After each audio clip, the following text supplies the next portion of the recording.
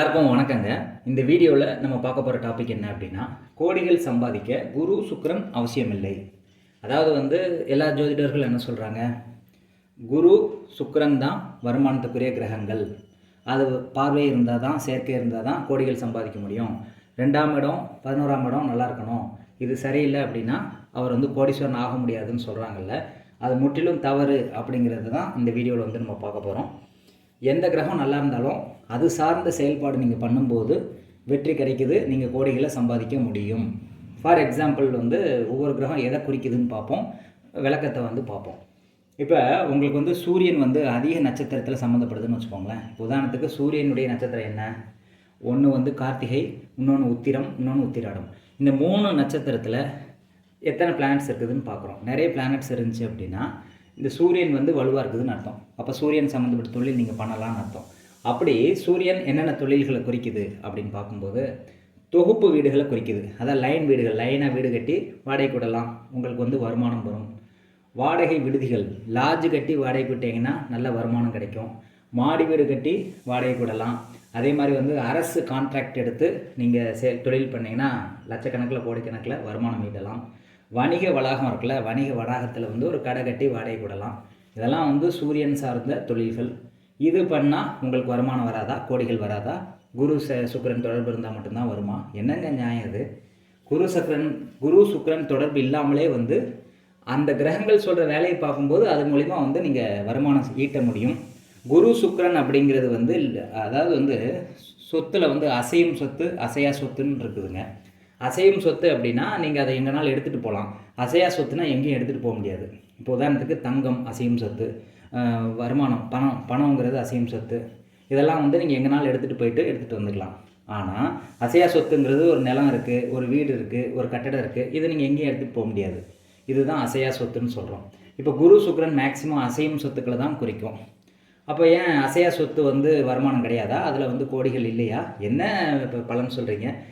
எல்லோரும் சொல்கிறாங்க 2ஆம் இடமும் 11ஆம் இடமும் நல்லா இருக்கணுமா, குரு சுக்கிரன் தொடர்பு இருந்தால் தான் அவர் கோடீஸ்வரன் ஆக முடியுமா? எந்த கிரகம் நல்லா இருந்தாலும் கோடீஸ்வரன் ஆக முடியுங்கிறத என்னுடைய ஆராய்ச்சியில் கண்டுபிடிச்சிருக்கேன். வாங்க நிரூபித்து காட்டுறேன். குரு சுக்கிரன் தொடர்பு இல்லாத ஜாதகத்தை எடுத்துகிட்டு வாங்க. 2ஆம் இடமும் 11ஆம் இடமும் சரியில்லாத ஜாதகத்தை எடுத்துகிட்டு வாங்க. மற்ற கிரகங்கள் எந்த இடத்துலனாலும் இருக்கட்டும், அது சார்ந்த தொழில் பண்ணுங்கள், அது சார்ந்த வருமானம் ஈட்டுங்க, கோடி கோடியாக சம்பாதிங்க. இப்போ நீங்கள் உலகத்திலே பெரிய கோடீஸ்வரன் சொல்லக்கூடிய எலான் மஸ்க் இருக்கார்ல, அவர் என்ன கோடிக்கணக்கில் காசு வச்சா புரண்டுட்டு இருக்காரு, அல்லது நகையில் இன்வெஸ்ட் பண்ணுறாரா? குருங்கிறது நகைன்னு சொல்கிறீங்க, அவர் தங்கத்தில் இன்வெஸ்டே பண்ணலையே. அதே மாதிரி நிறைய வருமானம் அவர் கையில் வச்சுருக்காரா, அல்லது பேங்க்கில் டெபாசிட் பண்ணி டேக்ஸ் கட்டிகிட்டு இருக்காரா? பேங்க்கில் டெபாசிட் பண்ணி டேக்ஸே கட்டல. அவர் என்ன செய்கிறாரு அப்படின்னா எல்லாமே ஷேர்ஸ் மூலிமா தான் அவர் வேல்யூ எகிரிட்டு போயிட்டுருக்கு. அங்கே எங்கே குருவும் சுக்கிரனும் தொடர்பு இருக்குது, எங்கே குரு சுக்கிரன் சம்மந்தப்பட்ட வேலையை அவர் செஞ்சாருங்கிறது எனக்கு தெரியல. இந்த கான்செப்டே புரியாததுனால தான் இந்த மாதிரி ஜோதிடர்கள் உளர்றாங்கன்னு நான் நினைக்கிறேன். எந்த கிரகம் நல்லா இருந்தாலும் அது சார்ந்த தொழில் பண்ணும்போது அது சார்ந்த வெற்றி உங்களுக்கு கிடைக்கிது. இதுக்கு எந்த பாவகத்தையும் நீங்கள் பார்க்க தேவையில்லை. எந்த கிரகம் அதிக நட்சத்திரத்தில் சம்மந்தப்படுதோ அந்த கிரகம் சார்ந்த தொழில் பண்ணால் போதுமானது.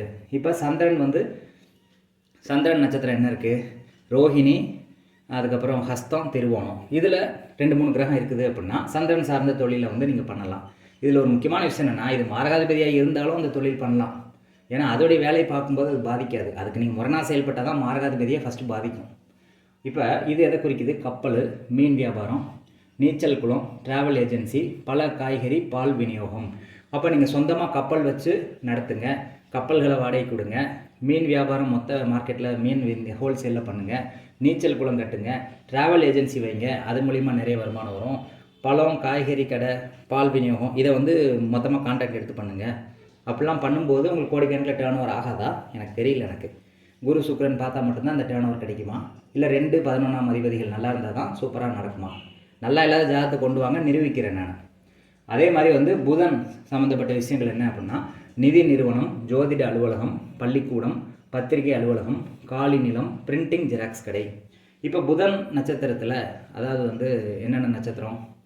புதன் நட்சத்திரம் ஆயில்யம், கேட்டை, ரேவதி.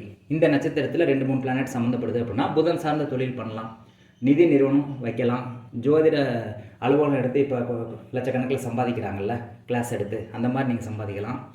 ஸ்கூல் கட்டி வருமானம் சம்பாதிக்கலாம். பத்திரிகை அலுவலகம் வைக்கலாம். காலி நிலம் வாங்கி விற்கலாம். பிரிண்டிங் ஜெராக்ஸ் கடை நிறைய கட்டி நீங்கள் கோடீஸ்வரன் ஆகலாம்.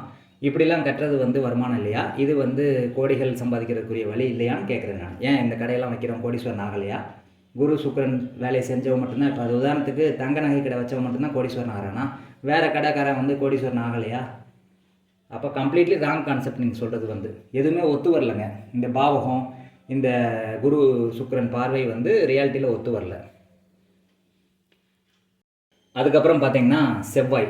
இப்போ செவ்வாய் எதை குறிக்குது அப்படின்னா மருத்துவமனையை குறிக்குது, தற்காப்பு பயிற்சி மையத்தை குறிக்கிறது, மெஷினரியை குறிக்கிறது, வீட்டு நிலத்தை குறிக்கிறது, மருந்து கடை மெடிக்கல் ஷாப்பை குறிக்குது, பூமி நிலம் சம்மந்தப்பட்ட விஷயங்களை குறிக்கிறது, கசாப்பு கடையை குறிக்கிறது, ஆயுத விற்பனை குறிக்குது.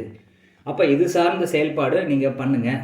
நிறையா வந்து ஹாஸ்பிட்டல் கட்டுங்க. அப்படி ஹாஸ்பிட்டல் சம்மந்தம் நீங்கள் படிக்கலை அப்படின்னா தற்காப்பு பயிற்சி மையம் வந்து ஸ்டார்ட் பண்ணுங்கள். அதுவும் இல்லை அப்படின்னா மெஷினரி நிறைய வாங்கி வாடகை கொடுங்க. மெஷினரி என்னென்னா இப்போ உதாரணத்துக்கு நிலம் உழுவுறதுக்கு மிஷின் இருக்குது, டிராக்டர் வாங்கி வாடகை கொடுங்க. அதே மாதிரி பார்த்தீங்க அப்படின்னா போர்வெல் சம்மந்தப்பட்ட இயந்திரத்தை வாங்கி வாடகை கொடுங்க. அதே மாதிரி கனரக வாகனம், அந்த புல்டோசர் அந்த மாதிரி இதை வந்து வாங்கி வாடகை கொடுங்க. நிலம் வாங்கி விற்று பாருங்கள். மருந்து கடை வைக்கலாம். அதே மாதிரி வந்து பூமி நிலம் ரியல் எஸ்டேட் வியாபாரம் பார்க்கலாம். கசாப்பு கடை நிறைய ஸ்டார்ட் பண்ணலாம். ஆயுதம் சம்மந்தப்பட்ட விற்பனை பண்ணலாம். இது சார்ந்த விற்பனைகள், குடோனு, அந்த கடைகள் இதெல்லாம் ஓப்பன் பண்ணிங்கன்னா சக்ஸஸ் ஆகுமே. இதுக்கு ஆகாமல் போகுது. அடுத்து குரு குறிக்கக்கூடிய விஷயங்கள் என்னென்னா ஆசிரியர் பயிற்சி மையம், நகைக்கடை, குழந்தை காப்பகம், ஆலோசகர், வட்டி தொழில்.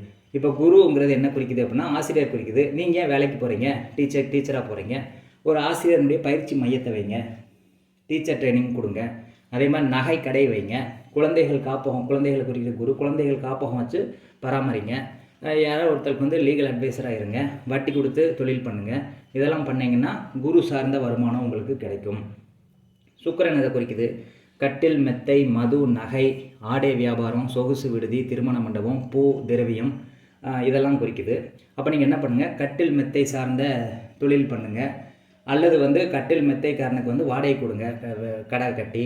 அதுக்கப்புறம் பார்த்திங்கன்னா மது கடை வைக்கலாம். அதாவது வந்து ஃபேன்சியாக இருக்கக்கூடிய ஒயின் ஷாப் வைக்கலாம்.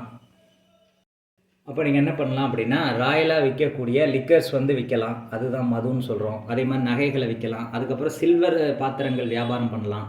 ஆடை வியாபாரம் பண்ணலாம். அதுக்கப்புறம் வந்து சொகுசு விடுதி கட்டி வாடகை கொடுக்கலாம். அதாவது வந்து பீச் ரிசார்ட்டுன்னு சொல்கிறாங்களே, சொகுசு விடுதிகள், அதே மாதிரி லாட்ஜஸ்ஸு இந்த மாதிரி கட்டி வந்து நீங்கள் வாடகை கொடுக்கலாம். திருமண மண்டபம் கட்டி வாடகை கொடுக்கலாம். திருமண மண்டபம் கட்டி வாடகை விட்டோன்னா நல்ல வருமானம் வரும். பூ வியாபாரம் பண்ணலாம். திரவியங்கள் விற்கலாம். இது சார்ந்த கடைகள் வந்து வச்சு பண்ணிங்கன்னா உங்களுக்கு சக்ஸஸ் ஆகும். இதில் மெயினாக சுக்கிரனை குறிக்கக்கூடியது என்னென்னா கட்டில் மெத்தை வியாபாரம், பெர்ஃப்யூம்ஸ் வியாபாரம், அதுக்கப்புறம் சொகுசு விடுதி தான் மெயினாக வந்து சுக்கிரன் குறிக்கிறது. அதுக்கப்புறம் வந்து ராயலாக இருக்கக்கூடிய சரக்குகளை விற்கிறது. இதுதான் வந்து சுக்கிரன் சார்ந்த விஷயங்கள். அதை வச்சிங்கன்னா கண்டிப்பாக சக்ஸஸ்ஃபுல் ஆகும். அதே மாதிரி சனி வந்து உங்கள் ஜாதகத்தில் நல்லா இருக்குதுன்னு வச்சுக்கோங்களேன். சனி நட்சத்திரமான 3 நட்சத்திரம் இருக்குது. இப்போ அதாவது வந்து பூசம், அனுசம், அதுக்கப்புறம் உத்திரட்டாதி. இந்த 3 நட்சத்திரத்தில் பிளானட்ஸ் இருந்தது அப்படின்னா நீங்கள் சனி சம்மந்தப்பட்ட தொழில் பண்ணலாம். என்ன மாதிரி தொழில் பண்ணலான்னா எருமை, கழுதை இது போன்ற வியாபாரம் பண்ணலாம். அதை வந்து வளர்த்து அதனுடைய பாலை வந்து விற்று அது மூலிமா வருமானம் ஈட்டலாம். பெட்ரோல் பல்கை வந்து வாடகைக்கு எடுத்து நீங்கள் பண்ணலாம். அதுக்கடுத்து பார்த்தீங்கன்னா க்ளீனிங் கம்பெனி வைக்கலாம். இந்த மாதிரி வச்சிங்க அப்படின்னா நல்ல வருமானம் கிடைக்கும். ராகு எதை குறிக்குது அப்படின்னா லாரி, பஸ் நிறுவனம். இப்போ வந்து நீங்கள் பஸ்ஸு, மினி பஸ்ஸு அந்த மாதிரிலாம் விடுறாங்கல்ல, ஒரு ரூட் பஸ்ஸு, அந்த மாதிரி பஸ்ஸு நிறுவனத்தையே நீங்கள் வந்து ரெடி பண்ணலாம். வேற்று மொழி பயிற்றுவிப்பவராகவும் ராகு செயல்படுது. லாங்குவேஜ் டிரான்ஸ்லேட்டராக நீங்கள் ஒர்க் பண்ணிங்கனாலும் வருமானம் வரும். ஏற்றுமதி இறக்குமதி பிஸ்னஸ் பண்ணலாம். உரக்கடை வைக்கலாம். ஒரு குடோன் வச்சு நீங்கள் வந்து மொத்தமாக சரக்கு வாங்கி வச்சு நீங்கள் வியாபாரம் பண்ணலாம். அது ராகு. கேதுங்கிறது சித்த மருத்துவம் சென்ட்ரு. இப்போ கேதுங்கிறது சித்த மருத்துவம் சென்ட்ரு. இப்போ சித்த மருத்துவம் சென்ட்ரு மாதிரி வச்சு நீங்கள் வந்து மருத்துவம் பார்க்கலாம். சித்த மருத்துவம் படிக்கலை அப்படின்னா ஜோதிட மையம் வந்து வைக்கலாம். அதுக்கப்புறம் வந்து கோயில், நீங்கள் சொந்தமாக ஒரு சின்ன கோயில் கட்டி அது மூலிமா வந்து வருமானம் ஈட்டலாம். ஒரு ட்ரஸ்ட்டு ஸ்டார்ட் பண்ணலாம். ஆன்மீகம் ட்ரஸ்ட்டு ஸ்டார்ட் பண்ணலாம். அதே மாதிரி வந்து நிறைய சாமியார்கள் ஓப்பன் பண்ணுறாங்களா ஆசிரமம், அந்த மாதிரி ஆசிரமம் ஓப்பன் பண்ணி சக்ஸஸ்ஃபுல் ஆகலாம். அதுக்கப்புறம் பார்த்திங்கன்னா தையல் வியாபாரம் பார்க்கலாம், பருத்தி வியாபாரம் பார்க்கலாம், கயிறு வியாபாரம் பார்க்கலாம், ரோடு கான்ட்ராக்ட் எடுத்து நீங்கள் எதாவது பண்ணலாம். இந்த மாதிரி ஒவ்வொரு கிரகத்துக்கும் வந்து சில தொழில்கள் வந்து கொடுக்கப்பட்டிருக்கு. அந்த தொழில் நிறுவனத்தை வந்து நீங்கள் பெரிய லெவலில் ஸ்டார்ட் பண்ணுங்கள். அல்லது அந்த தொழில் நிறுவனத்துக்கு நீங்கள் வாடகைக்கு இடம் கொடுங்க அல்லது வாடகை விடுங்க. அந்த மாதிரி வந்து நீங்கள் நிறைய விஷயங்கள் இருக்குதுல்ல, அதை வந்து ஹோல்சேல் மாதிரி பண்ணலாம். அல்லது அந்த கடைக்கு வந்து நீங்கள் வாடகை விடலாம். அல்லது நிறைய கடைகள் கட்டி நீங்கள் வந்து வாடகை விடலாம். இது சார்ந்த எந்த கிரகம் நல்லா இருக்குதோ அது சார்ந்த விஷயத்தை வந்து வாடகை விடலாம். இப்போ உதாரணத்துக்கு சனி நல்லா இருக்கா, பெட்ரோல் பல்க்கு ஷாப்பை வந்து நீங்கள் வாடகைக்கு எடுத்து கான்ட்ராக்டிங் எடுத்து பண்ணலாம். இப்போ செவ்வாய் நல்லா இருக்குதா, நீங்கள் என்ன பண்ணலாம்னா ஒரு மெடிக்கல் ஷாப்புக்கு வந்து வாடகை விடலாம். அல்லது மெடிக்கல் ஷாப்பே நீங்கள் வந்து சொந்தமாக வச்சுக்கலாம். கசாப்பு கடை வச்சுருக்கலாம். நிறைய இடத்துல கசாப்பு கடை ஸ்டார்ட் பண்ணலாம். இந்த மாதிரி ஒவ்வொரு கிரகம் சொல்கிறத வந்து நீங்கள் தொழிலாக வந்து மொத்த கான்ட்ராக்டிங் எடுத்து பண்ணலாம் அல்லது வாடகை விடலாம். அந்த மாதிரி பண்ணும்போது வருமானம் நிச்சயமாக கிடைக்குது.